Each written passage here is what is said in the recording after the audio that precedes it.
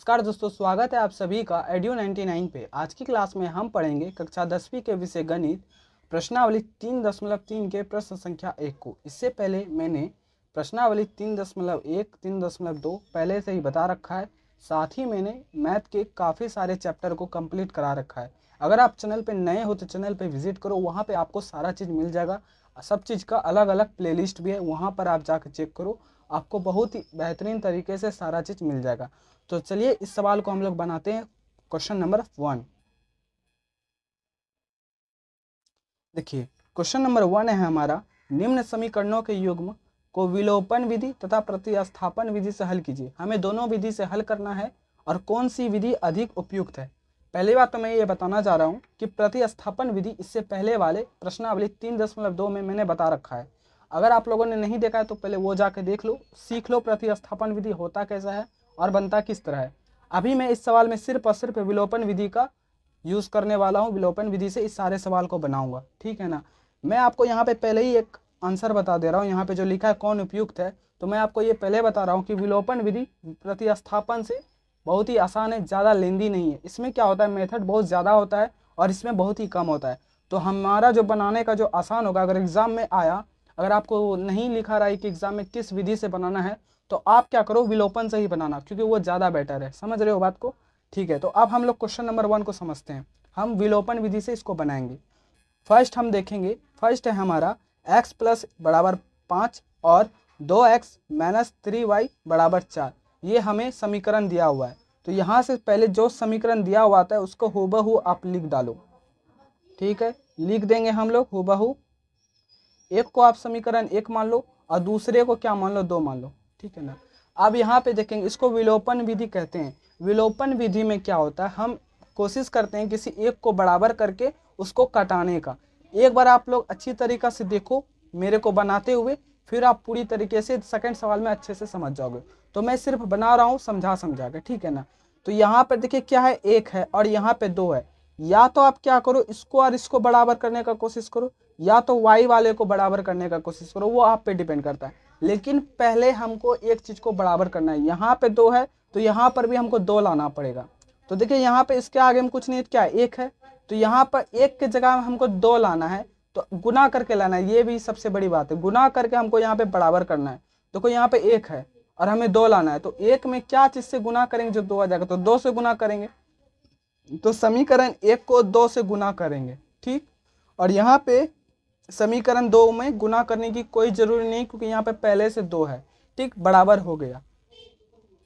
ये जो 2 गुना किए समीकरण 1 को, ये सबसे गुना होगा। ये x से भी गुना होगा 2x, ये y से भी गुना होगा 2y, और ये 5 से भी गुना हो जाएगा 10। समझ रहे हो बात को।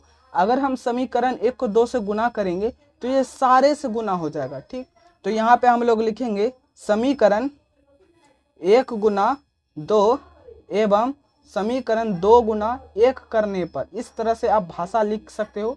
जब हम समीकरण 1 गुना 2 करेंगे तो 2x आएगा प्लस 2y आएगा और 10 आएगा।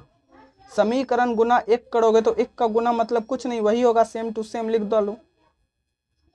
अब यहाँ पर समझने वाली बात है, ठीक है ना। अब यहाँ पे हम कटाएंगे। एक बात मैं आपसे पूछता हूँ, जैसे आपने -5 और +5 किया तो इसका आंसर क्या होता है, 0 होता है। क्यों? क्योंकि -5 और +5 बचपन से ही पढ़ रहे हैं कि 5 में 5 को घटाओगे तो 0 आएगा, ठीक। यहाँ पे उसी तरह ये दोनों में कोई फर्क नहीं, इसके आगे में क्या प्लस है, मतलब -5 + 5 0 होता है, ठीक। अगर हम किसी तरह इस x को गायब करेंगे, गायब करने का मतलब है कि इसको 0 करना है, तो यहाँ पे हम माइनस देंगे, ठीक है। तो इस समीकरण को हम क्या करेंगे, यहाँ पर घटाएंगे, एक दूसरे से घटाएंगे। तो कि यहाँ पे लिखेंगे घटाने पर। देखिए घटाने पे क्या होगा, जो जो प्लस में है वो माइनस हो जाएगा और जो माइनस में वो प्लस हो जाएगा, मतलब साइन सिर्फ चेंज हो जाता है। देखो ये प्लस में माइनस हो जाएगा और ये माइनस में ये प्लस हो जाएगा और ये प्लस में ये माइनस हो जाएगा। बस हम लोग क्या कर रहे हैं, साइन चेंज कर रहे हैं। अब देखो 2x माइनस 2x क्या हो जाएगा, ये दोनों कट के 0 हो जाएगा। अब देखो ये भी प्लस में, ये भी प्लस में, प्लस प्लस प्लस होता है। 2 + 3 करोगे तो क्या आएगा, हमारा 5 आएगा, ठीक। और देखो 10 यहाँ प्लस में, 4 माइनस में, घटा देंगे, 10 - 4 गया 6, मतलब y बराबर हमारा क्या आया, 6/5, ठीक। अब ये जो y का मान आया, आप तो या समीकरण 1 में रख दो या 2 में रख दो, आंसर सेम आना है। अब यहाँ पे सवाल एक बात उठता है कि सर कि हम y को जो मान रखेंगे वो गुना करने के बाद वाला में रखेंगे या पहले रखेंगे, मतलब गुना करने के बाद तो हमारा यहाँ आया, तो यहाँ पे रखेंगे या पहले रखेंगे। तो यहाँ पे इसका एकदम याद कर लो कि यहाँ पे जो नॉर्मल समीकरण जो पहले शुरुआत था गुना करने से पहले, उसी में हम y का मान रखेंगे, ठीक है ना।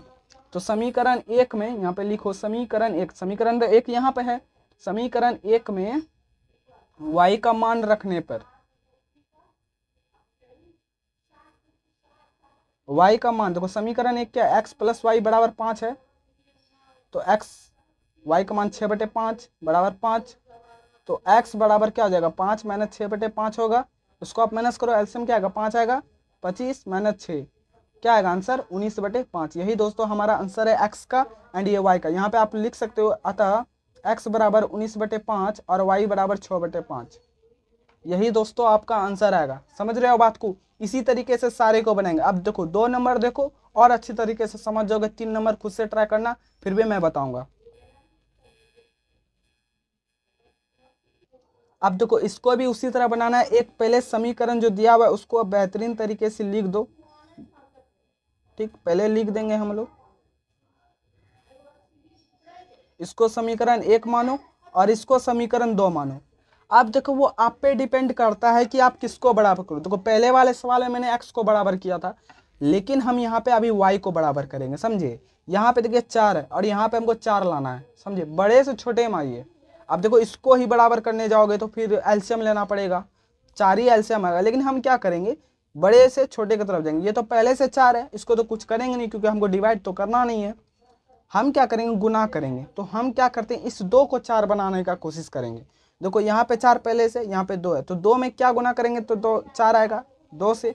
तो समीकरण गुना 2, 2 को कर दो और समीकरण गुना 1 कर दो। समझ रहे हो बात को। एक गुना करेंगे तो ये 4 का 4 ही रह जाएगा और 2 को गुना करेंगे तो ये 4 हो जाएगा और ये सबसे गुना होगा। इस बात को भी ध्यान में रखिएगा। तो यहाँ पे लिखेंगे समीकरण 1 गुना 1 एवं समीकरण 2 गुना 2 करने पे, 2 करने पर क्या होगा, देखो समीकरण 1 में तो 1 से गुना करें, जो है तो का छाप दो, ठीक। अब समीकरण 2 में 2 से गुना, तो ये 2 इससे भी होगा, इससे भी होगा और इससे भी होगा, तो क्या हो जाएगा 2 दूनी 4 माइनस 2 दूनी 4 बराबर 2 दूनी 4। अब यहाँ पे एक बात समझना, देखो वहां पे साइन सेम सेम था। देखो यहाँ पे हम लोग एक्स एक्स को घटा रहे थे तो दोनों प्लस में था, इसलिए हमको घटाने पर साइन को चेंज करना पड़ा। लेकिन यहाँ पे देखेंगे पहले से साइन अलग अलग है, तो हमको इसको कुछ करना नहीं है, इसको जोड़ना है। तो यहाँ पे लिखेंगे जोड़ने पर। आपको ये बात समझना होगा कि कब हमें जोड़ना है कब हमें घटाना है। जब साइन एकदम सेम हो, जैसे प्लस प्लस हो तो उस समय हम लोग घटाएंगे, माइनस माइनस हो उस समय हम लोग घटाएंगे। लेकिन अगर साइन अपोजिट हो, एक प्लस हो एक माइनस हो, तो वहां पे हम जोड़ेंगे। जैसे यहाँ पर एक प्लस है, यहाँ एक माइनस है, तो यहाँ पे हम लोग क्या करेंगे, जोड़ेंगे। और जोड़ने पर साइन चेंज नहीं होता है, जो का तो रहता है। बात को समझ रहे हो। अब हम लोग क्या करेंगे, जोड़ेंगे। देखो ये भी प्लस में ये भी प्लस में, प्लस प्लस प्लस हो जाएगा, 3 + 4 7 होगा। देखो ये प्लस है ये माइनस, ये दोनों तो कट गया, बराबर 10 + 4 करो 14 आ गया 14। एक्स बराबर क्या हो जाएगा, 14/7 बराबर 2। मतलब x का मान हमारा यहाँ पे क्या आया, 2 आया। अब यहाँ पे लिख देंगे x का मान समीकरण 1 में रख दो। अब यहाँ पे समझना, देखो समीकरण 1 में रखो या 2 में रखो, बात एक ही का, लेकिन रखना कब है, गुना करने वाले को पहले। जो आपका मेन समीकरण है ना, मेन समीकरण उसमें आपको रखना है। अब लोग क्या करते हैं, ये जो गुना करने के बाद जो आता है उस पर रखते तो आंसर गलत आता है। समझ रहे हो बात को। तो हम x का मान समीकरण 1 में रखेंगे। एक हमारा क्या है, 3x + 4y बराबर 10 है। x का मान क्या है, 2 बराबर 10, इसको होगा 6। तो वो 6 इधर प्लस में, उस साइड जाएगा तो माइनस में। 4y बराबर 10 - 6 4 आएगा। तो यहाँ y बराबर 4/4 बढ़ ले तो 1। मैं यहाँ पे लिखता हूं, अतः x बराबर 2 और y बराबर 1 आ गया।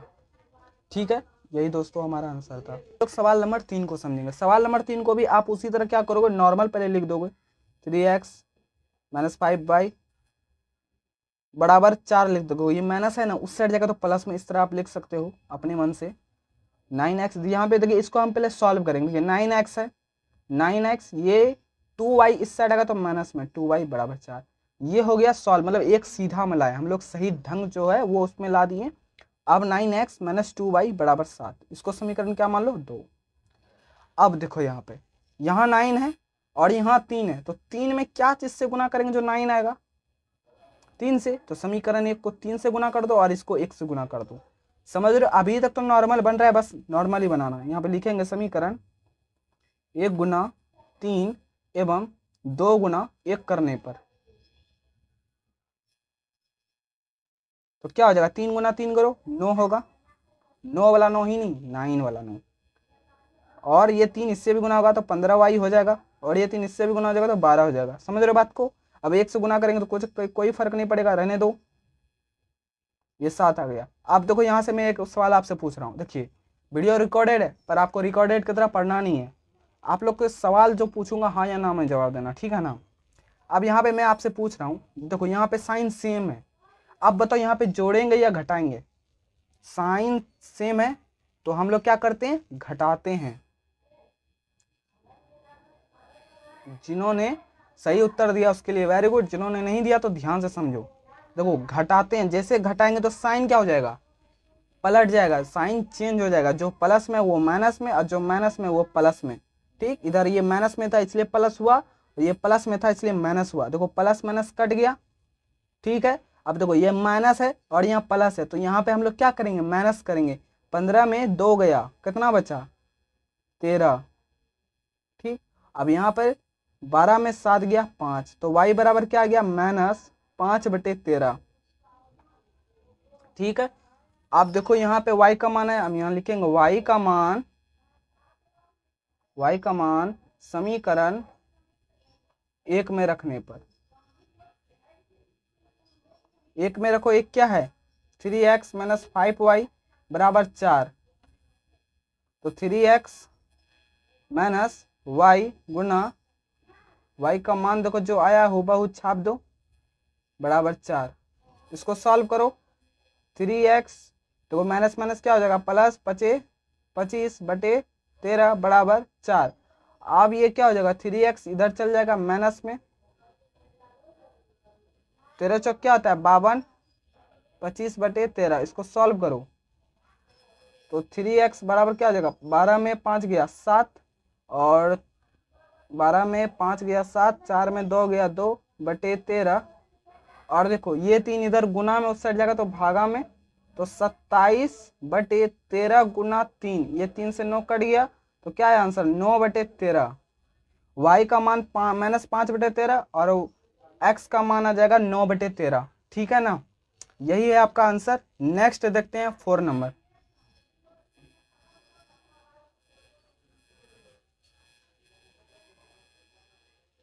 देखो ये लास्ट है और अच्छी तरीके से समझना। अब देखो यहाँ पे फ्रैक्शन जो है, मतलब ये जो समीकरण जो दिया हुआ है वो फ्रैक्शन में दिया हुआ है, हमें इस तरह नहीं बनाना है, हमें पहले एक लाइन में लाना है। तो यहाँ पर देखो 1 बाय 1 करके हम एक लाइन में लाएंगे तब बताऊंगा।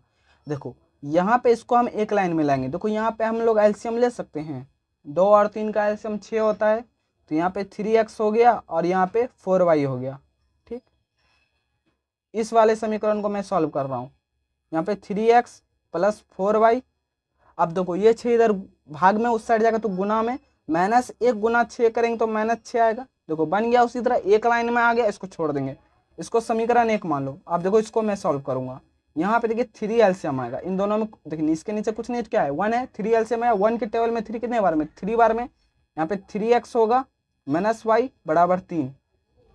अब देखो यहाँ पे ये अलग है ये अलग है, तो 3 इधर भाग में उस साइड जाएगा तो गुना में, तो 3x - y बराबर 9, इसको आप समीकरण 2 मान लो। देखो उस तरह आ गया जिस तरह आप चाहते हो, एक लाइन में आ गया, ये भी एक लाइन में आ गया। और बेहतरीन बात क्या हुआ कि यहाँ पर भी 3x है, यहाँ पर भी 3x है, मतलब हमको सेम सेम करना ही नहीं है। बस आप यहाँ पे ये लिख सकते हो समीकरण 1 और 2 को, देखो यहाँ पे भी प्लस है यहाँ पर भी प्लस है, तो यहाँ पे लिख देंगे घटाने पर। समीकरण 1 में, 1 मिनट, यहाँ पे एक लैंग्वेज थोड़ा अच्छे से लिखेंगे, समीकरण 1 में 2 को घटाने पर, समीकरण 1 में 2 को घटाने पर। समीकरण 1 क्या है हमारा, 3x है प्लस 4y है बराबर -6 है। ठीक,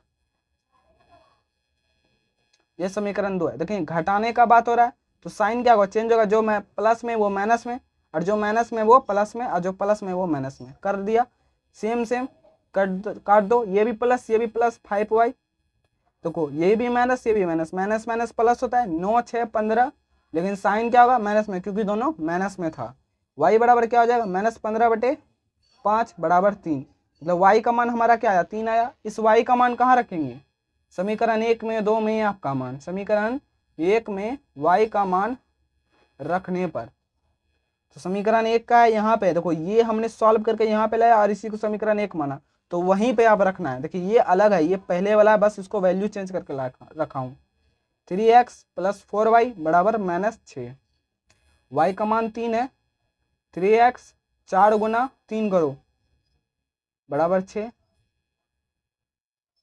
देखो ये -3 है, यहाँ पर भी -3 होगा, अभी गलत हो जाता सवाल।